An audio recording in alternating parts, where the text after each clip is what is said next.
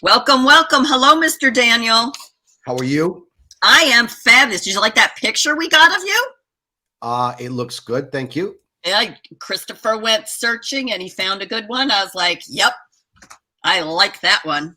So what have you been up to lately? I think I know you've been busy with your dogs and you've got a whole new litter, and I know you've got Hero and I forgot her name. Hannah. Hannah. Hannah. Depends how you want to pronounce it. Okay, you're in Boston or not?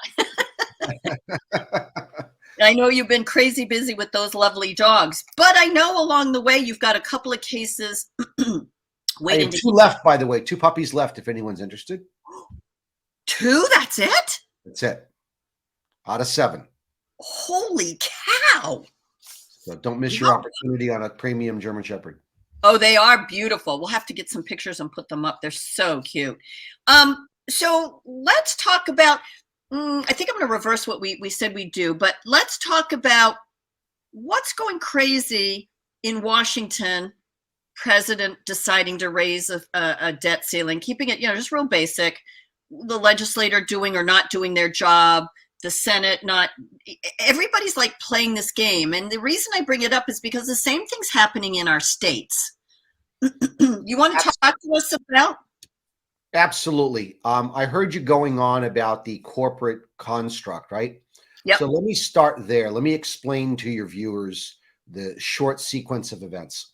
The Declaration of Independence produced what? Question for you. Declaration of Independence produced what? The civil rights, the Bill of Rights? Nope. Declaration of Independence produced the 13 states, didn't it?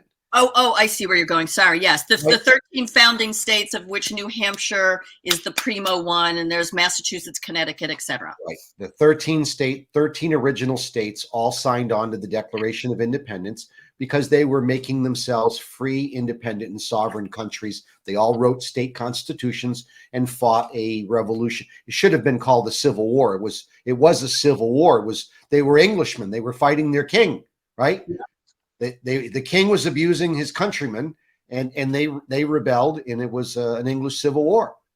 And so that's the result of the Declaration of Independence. Okay. The important distinction is that the first constitution that gets created is the Articles of Confederation.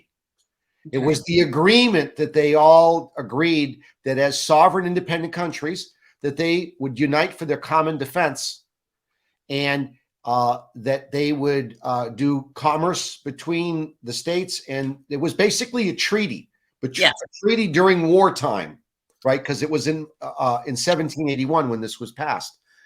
Well, the war gets fought. Treaty of Paris happens on September of 1783. And the 13 sovereign countries have now gotten a written commitment from the king. He's given up all claims to the land and the property and everything that was here, okay? What was here before was here for 150 years.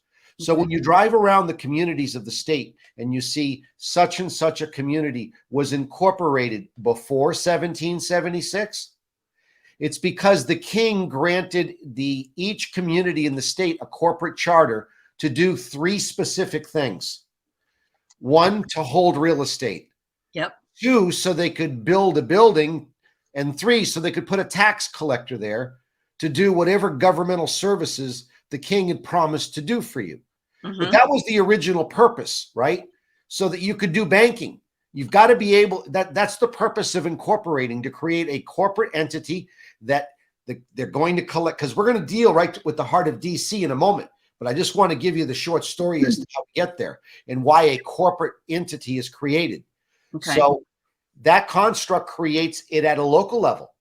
So each state, once it became sovereign, continued to expand. The people who wrote the state constitution gave the state legislatures the ability to name and settle all the communities and establish taxes.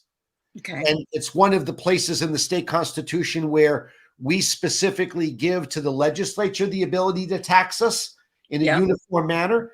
And it can give that power to the local municipalities it creates. So that's how your local town taxes you.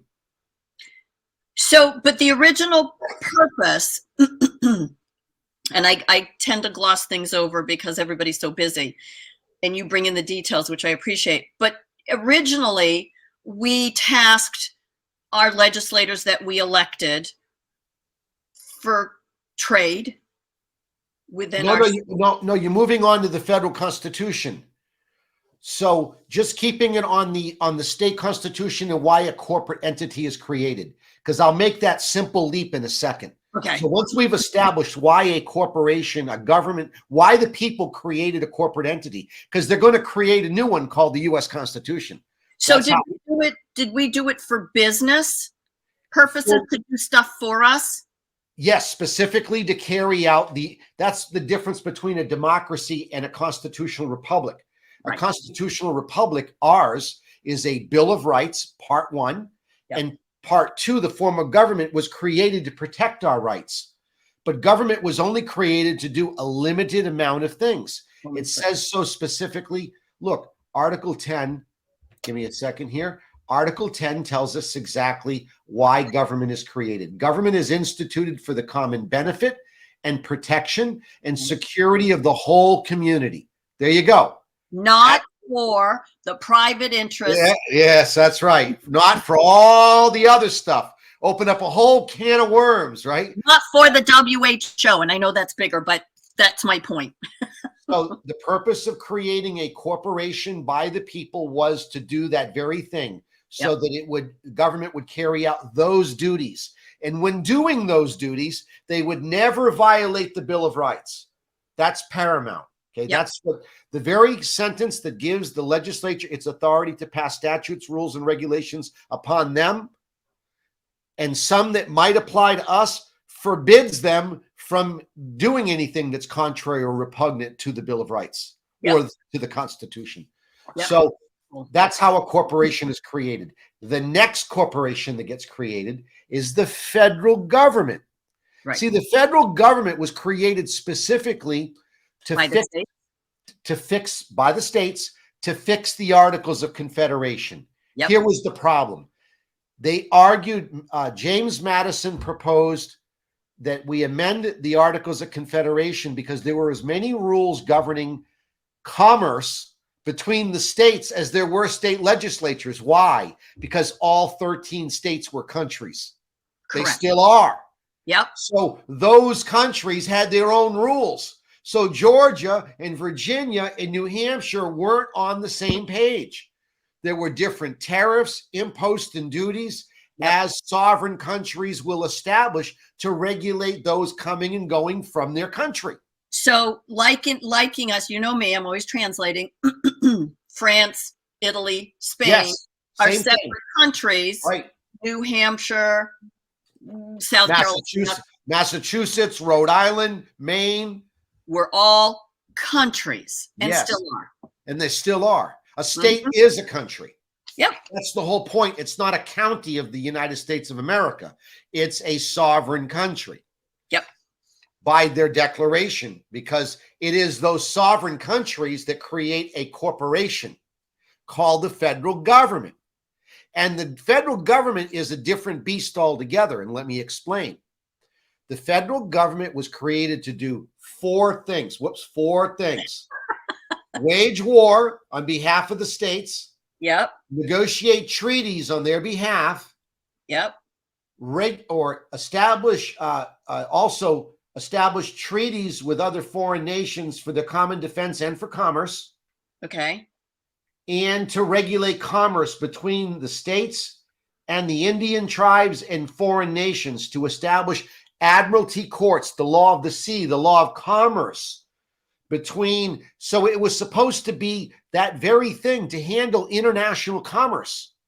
And that's really the way people need to understand what that was all about. So it created a corporation, and its corporate powers are Article 1, Section 8, the enumerated powers of the U.S. Constitution, the federal government. Within the body of that work is the corporate charter. Okay. And we're going to get to the money part first, because that's where it begins. So let me ask you a quick question. You know, I always interrupt you. Yes. So where does military defense play into this, or does it? That's all part of this. It's Part of all it. part of the enumerated powers. Okay. Okay. It's clause. Hang on. Let me see. 1, 2, 3, 4, 5, 6, 7, 8, 9, 10, 11. Declare war. 12. I believe it's clause 12 Okay. of the 17 enumerated powers. I did a fast read. Please forgive me if I'm wrong, but it's down there. Okay. It's among the 17. Some say 18, and there's a few extras if you add what some of these have, because there's multiple pieces. Okay. So now we have a corporation called the United States of America, so that it will regulate international commerce, fight and protect the commercial interest. Remember the famous Marine raid in Tripoli, right? Yep. In Libya. Yeah. Why? Because the Muslim pirates were marauding the American merchants' boats. And so to protect the merchants, that's why the Navy and the Army, there you go, right? It was all to protect the corporate interest of the corporations of the states. That's why it's a corporation. Gotcha. Right? That's why it operates under admiralty law. That's why the federal courts are admiralty courts. They're not common law courts. They're admiralty courts because they're created to do those four things: wage war, negotiate peace, establish treaties with foreign nations, and regulate commerce. All right. The first thing they're granted to do, right? Mm-hmm. Congress, this is simple. The Congress shall have the power to lay and collect taxes, comma, duties, comma, impost and exercises, comma, to pay the debts and provide for the common defense and the general welfare of the United States. What does that mean? Yeah, not what they're doing right now. You got that right, baby. So here we go. What it means is that they were going to assess the impost taxes upon all imported goods into the United States of America to finance the federal government. We don't get the federal income tax until the 16th Amendment at the beginning of the 20th century to go along with the Federal Reserve Act. The 16th Amendment was done specifically to create the direct taxation of the American people to pay off their new central bank that's unconstitutional, and I'm about to prove it. So wait a minute, back up half a second. So they were able to assess taxes, but it was on imported items coming to the United States. Exactly, because they're supposed to do what? Regulate international commerce. Yep. So by taxing a fellow patriot reached out to me and said, they created new districts, new federal districts in all the states, and they hijacked the states. Yep. No, what they did was they did create federal districts in every state because of the federal courts to enforce federal contract law, international contract law, so that when the merchants and the boats had disputes over a boat that sank, about the goods weren't delivered right. Mm-hmm. So all of this had a cost. So by creating government, they created the way to tax in other words, those who were causing us to create a contract or a federal government to oversee the commercial interest of the corporations, mm-hmm. They had to pay for it. They weren't going to tax the people for it because it wasn't for the people, it's for the corporations. Correct. Now, see the big difference about what we got going on now? See how this has been flipped? Yep. The whole purpose of taxing or for taxes was to tax all of the entities responsible for the commerce, for their commercial activity, for them to pay that tax, not for us. Why do you think the 16th Amendment had to be passed? Because there was no direct tax of the American people prior to that heinous act. Right. Okay, let's move from there. Wow. The next thing is, right? Yeah. To pay the debts and provide for the common defense and the general welfare of the United States. What is the general welfare? Well, it's up to interpretation. Apparently, they've Well, made it anything they want, including whether you can have a baby toe or not. the general welfare is the enumerated powers. Yeah. Those 18 things, those 17 things are the general welfare. Why? Because they wrote it down. Mm-hmm. Why these people weren't stupid? They were brilliant by all accounts. They wrote it down. This is what the federal government can do. And anyone who doesn't believe me needs to read the Supremacy Clause. We'll go to that in a minute. But I want to continue on to the next piece while we're digesting this first piece here. Okay. So the general welfare is what it's supposed to do. The common defense is part of the general welfare. Why? Because it just said so. Yep. And to pay the debts, what? Of the cost of all of this, right? Okay. So that's what this is all about, to pay the debts and provide for the common defense and the general welfare of the United States. By the way, there are 3 definitions of the United States as per SCOTUS. The United States Supreme Court has said there are 3 definitions of the United States. 1, the states united are the United States. That's who they're referring to in this clause. Okay, that's why I want to point that out. They're not talking about the federal government. The federal government becomes the second United States. The 10 mile square, the federal government is called the United States government, isn't it? Yes, it is. That is a second definition of the word United States. A third definition is the United States of America, which is the entire entity all put together with a ribbon and a bow. Okay. So it's 1 and 2 combined makes 3. Exactly. There you go. Yeah. Simple way to explain it, but it's true, right? Yeah. So the Supreme Court. You need to understand that when you read that, because later they're going to refer to the United States, the corporation. Okay. See, this isn't talking about this is the corporation. This isn't talking about the states united, the sovereign countries. Makes sense? Yeah. So let me just kind of tell me if I'm wrong, to put it in a package. So the corporation was collecting taxes from imported trade and commerce, yes, to pay for the debts to run a corporation. Yes. Not simple. Like it was just supposed to be those things to run the corporation. Bravo. But what has it turned into? Well, we're going to give you this, we're going to give you that, we're going to give you this. Well, the only way you could give us healthcare, give us Medicaid, give us this, give us that, blah, blah, blah, blah, blah, is if we were your employees, i.e. debt slaves. You're no longer a citizen of the sovereign state of New Hampshire. You're now a customer. A RICO for revenue. It's organized crime. Wow. So let's go to the next piece. Ready? Is this the third part? Because I want to go to a break and bring you back. So finish this and we'll go to a break.